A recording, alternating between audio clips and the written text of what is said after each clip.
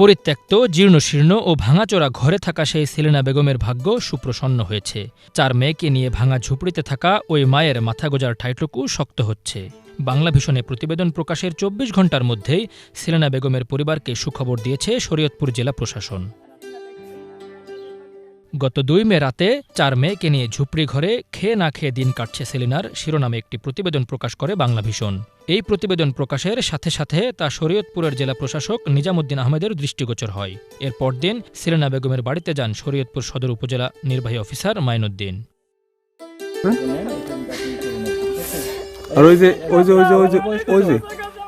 সেলিনা বেগমের দুর্দশার খবর জানার সাথে সাথে ঘর তুলে দেওয়ার আশ্বাস দেন জেলা প্রশাসক নিজামুদ্দিন আহমেদ।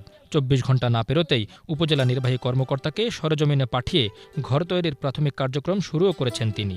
সাথে পাঠিয়েছেন নগদ অর্থ ও খাদ্য সামগ্রী।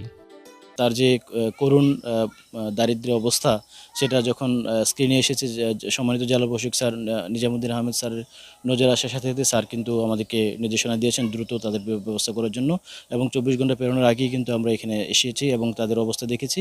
খুব শীঘ্রই আমরা আগামীকাল থেকেই তার ঘরের কাজটা আমরা শুরু করে দিব। ডিসি স্যার নির্দেশনা দিয়েছেন, এটা আমরা দ্রুতই তার বরাদ্দ তিনি আনার ব্যবস্থা করেছেন, আমরা দ্রুতই ঘরটা করে দিব। পাশাপাশি এখন তাকে আমরা আর্থিক সহযোগিতা দিয়েছি, তার খাবারের জন্য শুকনো খাবারের ২ বস্তা শুকনো খাবার দিয়েছি।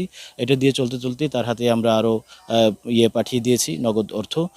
অতএব আমরা জানি যে খুব দ্রুতই তার এই অবস্থার উন্নতি হবে এবং তার যে ২টি মেয়ে আছে সেই ২টি মেয়ের স্কুলের যাওয়ার জন্য সমস্ত ব্যবস্থা আমরা করছি। এদিকে সরকারি কর্মকর্তাকে সামনে পেয়ে আবারও নিজের অসহায়ত্ব প্রকাশ করেন জান্নাত, পুতুল, টিয়া ও আয়েশাদের মা।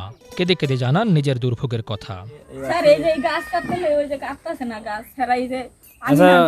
আমার এই যে রান্নাঘরটা আমি উড়াইতে লইছিলাম, 5 জনের তখন বাস করে আনছি। রান্নাঘরটা আমার উড়াইতে না 5 জনের টাকা দিছে, আমি টিন করে আমি কিনছি। দেখছেন না আমরা কাগজ মাগজ জানি আসলাম সাপড়া দিয়ে এই আসল লাগে বাংলা বাতাস উড়ে হয়ে গেছে। কয়েক ঘন্টা আগেও যে পরিবারটি ছিল চরম অনিশ্চয়তার মধ্যে, এখন তাদের খোঁজ নিচ্ছে বহু মানুষ। বাংলাভিশনের ওই আলোচিত প্রতিবেদনটি দেশের মানবিক মানুষের মাঝে প্রচণ্ডভাবে নাড়া দেয়। দেশের বিভিন্ন অঞ্চল ও প্রবাসের অসংখ্য ফোন আসে বাংলাভিশনে। সবাই ওই অসহায় নারীর পাশে দাঁড়াতে আগ্রহ প্রকাশ করেন। Banglavision news desk.